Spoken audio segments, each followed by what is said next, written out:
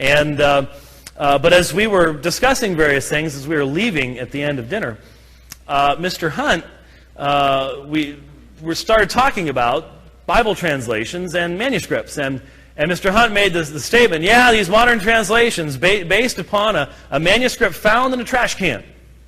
And what he's talking about is Codex Sinaticus. Now, I very quickly corrected him, because Codex Sinaticus was not found in a trash can, but I've heard D.A. Waite say that, and Dave Hunt say that, and you will hear many King James-only advocates claim that Codex Sinaticus was found in a trash can. Why? Well, in his first visit in 1844, von Tischendorf had seen monks burning scraps of ancient manuscripts. And in his excitement, he had startled the monks who were not accustomed to visitors. I mean, monks generally don't, it's not like Motel 6. They don't keep the light on for you. And so they have someone from the outside world there amongst them. That makes them a little bit nervous. And so there's this monk, and he's just, carrying a basket with him with some old scraps of stuff that they don't need anymore. And von Tischendorf looks in there and realizes that's a page from the Septuagint.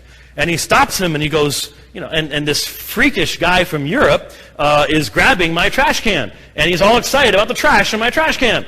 And he's telling me, don't burn this, don't burn this. And so they sort of like, weird man, go away, go away, go away. And so they clam up, and he's going, do you have more stuff like this? They won't talk to him anymore. His excitement has overdone them just a little bit. And so they did not show him any more of their treasures until his third visit in 1859. On the final night of his visit in 1859, he decided to be a nice guy. And he had published a version of the Septuagint, the Greek translation of the Old Testament. So he had an extra copy with him, and he decided to be nice to his steward who had been taking care of him. And he said, I'd like to give this to you as a present. And the monk looked at it, and he said, oh, I have one of these. Let me show it to you. And so the monk takes him into his room, and in what we would call a closet, he reaches up and he pulls something down that is wrapped in a red cloth. Now, monks do not wrap garbage in red cloths. They don't keep garbage wrapped in red cloths in their closets. And so he pulls this thing out, and he unwraps the red cloth, and there von Tischendorf is staring at Codex Sinaticus, which was probably produced at the time of the Council of Nicaea. The Council of Nicaea was when? 325 AD. So here you have this huge, and here's what Codex Sinaticus looks like. There's a picture of Sinaticus. It's in the British Museum right there. You see it's 4 columns per page, very large work.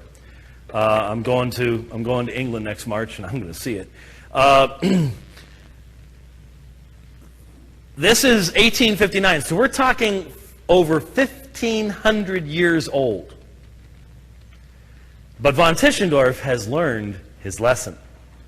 He isn't going, whoa! It's like, oh, yeah, that's nice.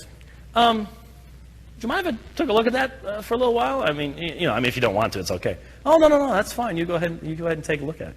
So von Tischendorf takes Sinaticus back to his room, closes the curtain.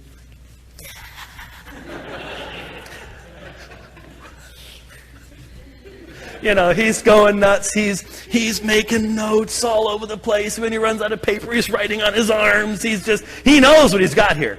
He knows he's looking at that time at the oldest biblical manuscript known to man.